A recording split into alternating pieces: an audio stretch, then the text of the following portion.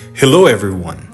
Welcome to the podcast. I am Jairo Orcales, and again, I want to say that the vision for this leadership podcast is to simply inspire the next generation to become exceptional leaders in their field as they fulfill their purpose in life and advance the kingdom.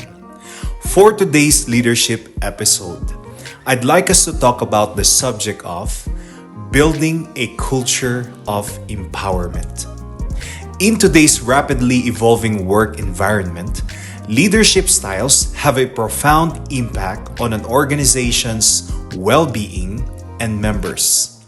There are two major leadership styles in the workplace today that stands out: the micromanager and the empowering leader. So what is the difference between the two? Let me explain. The micromanager is a leader who insists in controlling and dictating all the decisions of their team.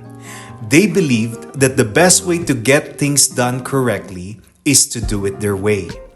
This leads to personal satisfaction, but often at the cost of the team's morale. The micromanager tends to produce members who seek constant approval and validation, creating a dependency on the leader for direction. On the other hand, the empowering leader takes a different approach. They provide clear-cut goals and delegate 80% of the decision-making to the person in charge of the project, while the 20% remains for coaching, guiding, and assisting. This approach fosters a sense of collective satisfaction within the team. Why? Because it encourages ownership and accountability. While the empowering leader recognizes that not everything has to be done their way, they understand that the best way should always win. Now the big question is this: how does these two leadership approaches affect the entire team, hence affecting the company culture? Micromanagers produce team members who constantly seek approval and rarely take ownership of their work. The downside of this approach is it produces members who lack innovation, creativity, and passion. While empowering leaders, on the other hand, cultivates ownership and accountability mindset. This leadership approach results in highly motivated and self-reliant workforce who will likely produce innovative solutions and achieve outstanding results.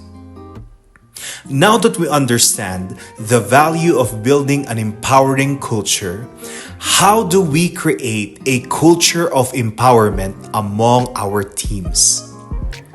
There are 5 things here I would like to share with you.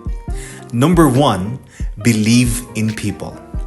The first step in fostering a culture of empowerment is to believe in your team members. Yup, you have to see the best in them. Have confidence in their abilities. Don't just see them for what they are now, but who they can become. Number 2, coach and mentor. If you want to empower your team, you have to walk them through the process of development. There are no shortcuts to this. Don't just tell them how to do it. You must show them how it's done. Number 3, trust people. Give your members room to grow and experiment. Trust that they can handle responsibilities and make decisions.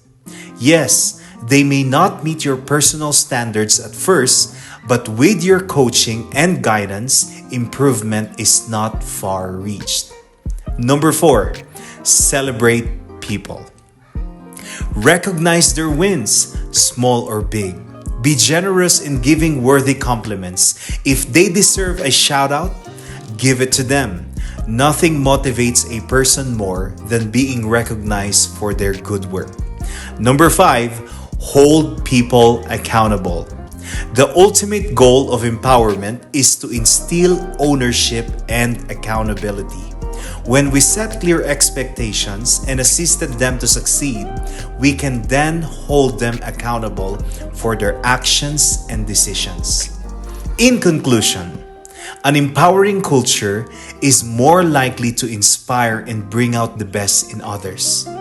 So be an empowering leader. Empower yourself and those around you. And remember, what you control will drain you, but who you empower will eventually inspire you. Thanks again for tuning in to this podcast. I hope this content provided value to you in your leadership journey. If you would like to know more about this topic, please check out the blog post on my Facebook page. Thanks. I'll see you around.